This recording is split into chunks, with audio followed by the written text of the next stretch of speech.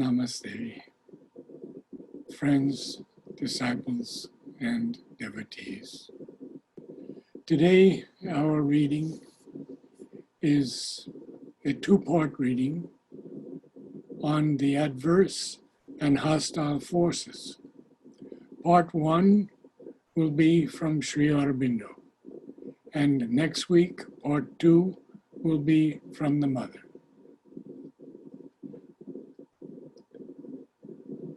Whatever point the adverse forces choose for attack, however small it may seem to the external human mind, becomes a crucial point, and to yield it up may be to yield to them one of the keys of the fortress, even if it is a small postern door. It is enough for them if they can enter. Men are constantly being invaded by the hostiles, and there are great numbers of men who are partly or entirely under their influence. Some are possessed by them, others, in parentheses, a few, end parentheses, are incarnations of hostile beings. At the present moment, they are very active all over the earth. Of course, in the outside world, there is no consciousness, such as is developed in yoga, by which they can either become aware of or consciously repel the attacks. The struggle in them between the psychic and the hostile force goes on mostly behind the veil, or so far as it is on the surface, is not understood by the mind. If an adverse force comes, one has not to accept and welcome its suggestions, but to turn to the Mother and refuse to turn away from her. Whether one can open or not, one has to be loyal and faithful. Loyalty and fidelity are not qualities for which one has to do yoga. They are very simple things which any man or woman who aspires to the truth ought to be able to accomplish. It is what everybody should realize. It is the psychic fidelity that brings the power to stand against the asuras and enables the protection to work. About the attacks and the action of the cosmic forces. These attacks very ordinarily become violent when the progress is becoming rapid and on the way to be definite, especially if they find they cannot carry out an effective aggression into the inner being. They try to shake by outside assaults. One must take it as a trial of strength, a call for gathering all one's capacities of calm and openness to the light and power, so as to make oneself an instrument for the victory of the divine over the undivine, of the light over the darkness in the world tangle.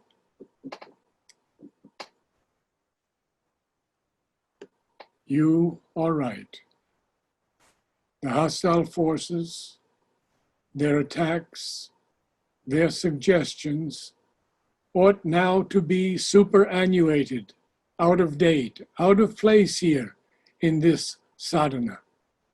If somebody would realize that and fulfill it in his sadhana, the others might perhaps get strength to follow. At present, these things are still here. because the sadhaks open themselves to them out of habit, out of desire, out of attraction for the drama of the vital, out of fear, out of passive response and unresisting inertia. But there is no real necessity for them any longer, or true justification for their presence here. The outer world is a different matter. The sadhana could very well go on, and should go on, as an unfolding, a natural falling away of defects and difficulties, a coming of greater and greater light and power and transformation.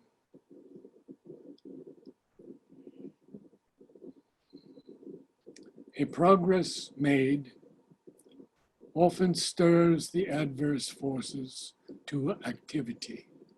They want to diminish its effect as much as possible.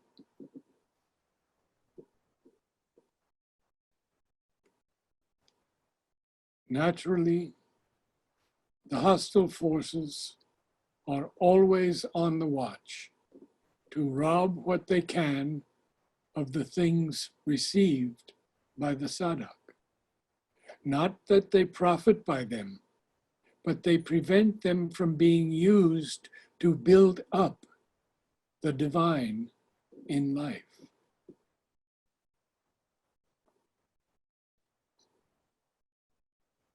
There is always a struggle going on between the forces of light and the opposing forces. When there is a true movement and progress, the latter try to throw a wrong movement across to stop or delay the progress.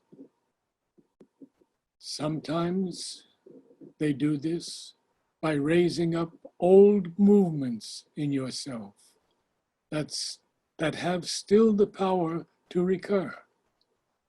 Sometimes they use movements or thoughts in the atmosphere, things said by others to disturb the consciousness.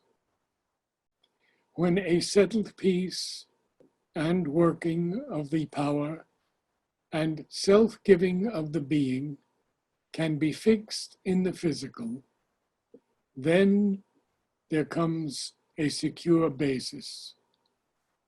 There are no more fluctuations of this kind, though superficial difficulties may continue.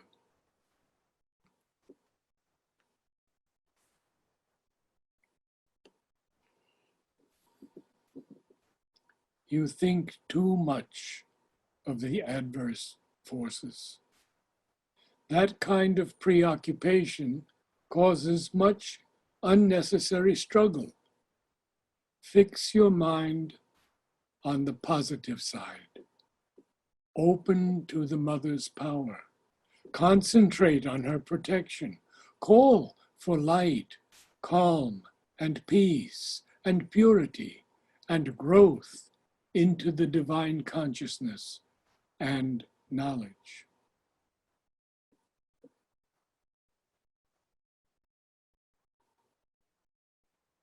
If one knows how to profit by experience, even the hostile forces and their attacks can be useful. Although, of course, that does not mean that the attacks should be invited. What they do is press with all their force upon some weak point of our nature. And if we are vigilant, we can see and throw away that weakness.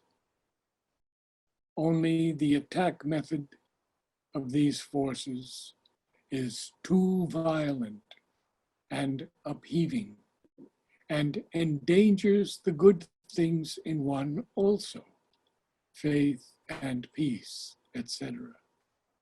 So one has to be careful to keep these against all attacks.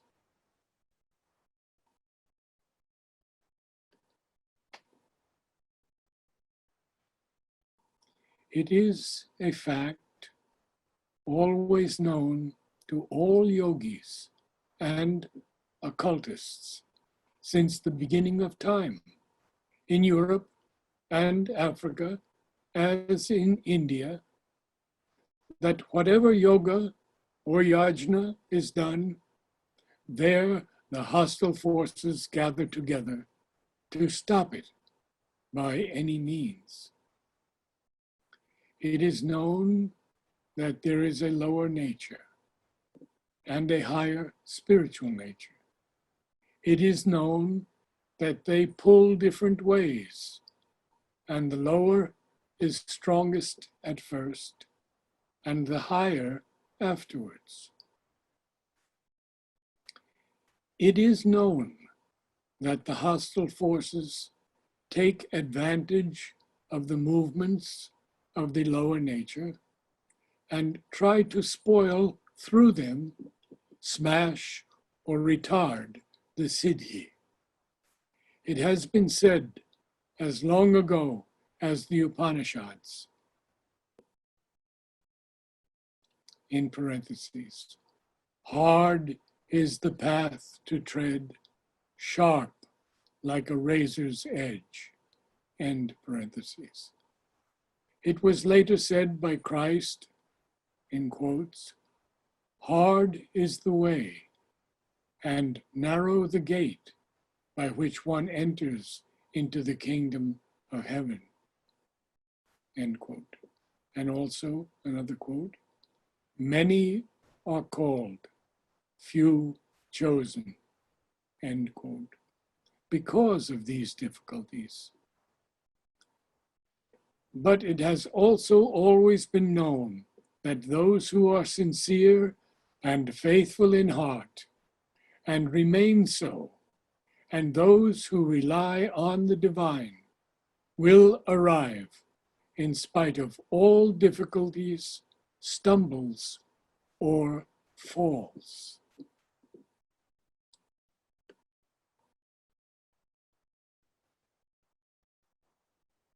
The hostile forces have a certain self-chosen function.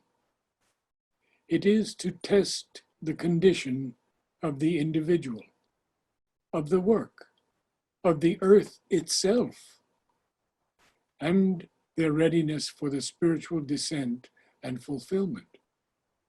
At every step of the journey, they are there, attacking furiously, criticizing, suggesting, imposing despondency, or inciting to revolt, raising unbelief, amassing difficulties.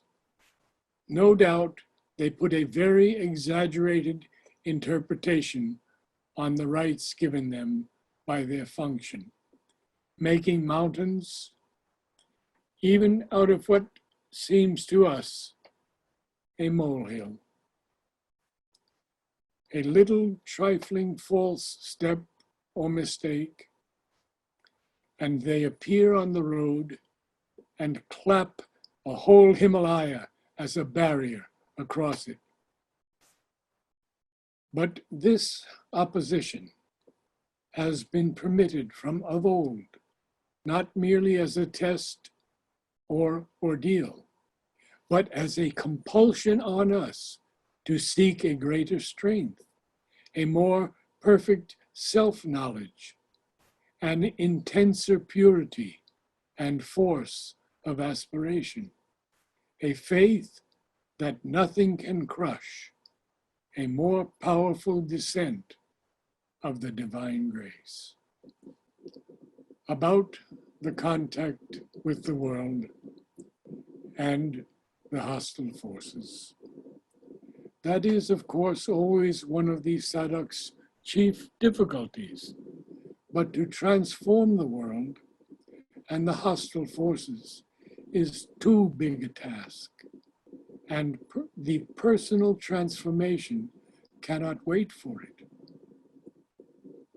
What has to be done is to come to live in the power that these things, these disturbing elements cannot penetrate, or if they penetrate, cannot disturb. And to be so purified and strengthened by it that there is in oneself no response to anything hostile. If there is a protecting envelopment, an inner purifying descent, and as a result, a settling of the higher consciousness in the inner being, and finally, its substitution, even in the most external, outwardly active parts, in place of the old ignorant consciousness, then the world and the hostile forces will no longer matter, for one's own soul at least. For there is a larger work, not personal, in which, of course, they will have to be dealt with, but that need not be a main preoccupation at the present stage. Hostile forces attack every sadhak. Some are conscious of it, others are not. Their object is either to influence the person or to use him, or to spoil his sadhana, or the work, or any other motive of the kind. Their object is not to test, but their attack may be used by the guiding power as a test.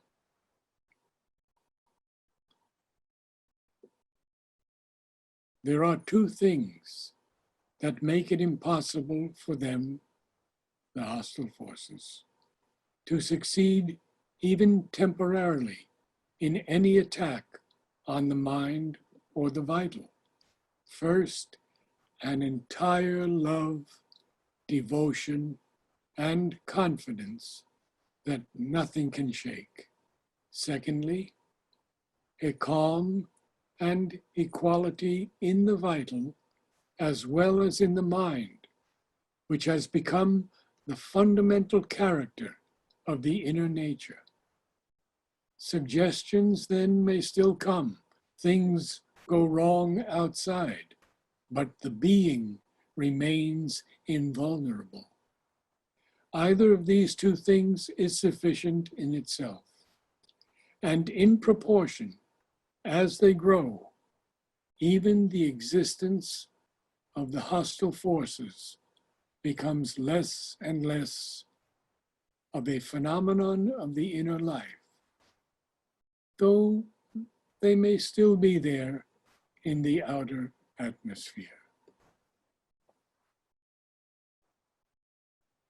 It is those who are of a highly sattvic nature,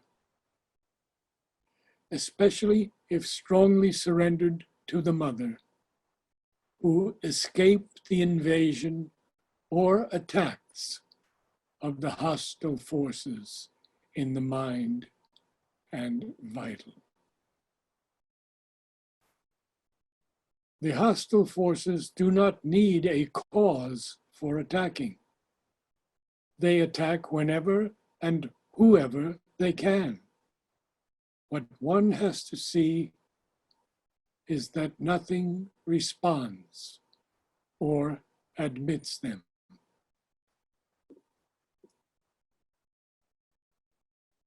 If one knows how to profit by experience, even the hostile forces and their attacks can be useful.